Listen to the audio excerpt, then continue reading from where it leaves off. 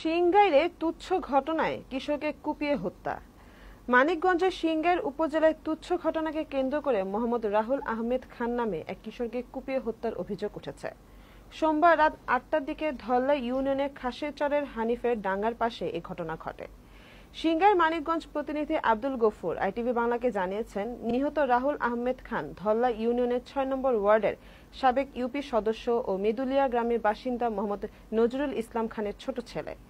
নিহতের স্বজন ও থানার পুলিশ সূত্রে জানা গেছে, প্রায় ১০ দিন আগে ধল্লা ইউনিয়নের কামুরা গ্রামের কয়েক যুবকের সঙ্গে রাহুল ও তার বন্ধুদের তুচ্ছ বিষয় নিয়ে বাকবিতণ্ডা ও ধাক্কাধাক্কির ঘটনা ঘটে।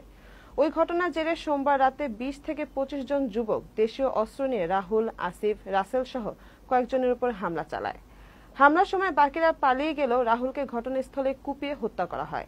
পরে স্থানীয়রা তাকে উদ্ধার করে উপজেলা স্বাস্থ্য কমপ্লেক্সে নিয়ে গেলে কর্তব্যরত চিকিৎসক মৃত ঘোষণা করেন। সিংগাই থানার ভারপ্রাপ্ত কর্মকর্তা JOM তৌফিক আজম বলেন, লাশ উদ্ধার করে ময়নাতদন্তের জন্য মানিকগঞ্জ সদর হাসপাতালের মর্গে পাঠানো হয়েছে।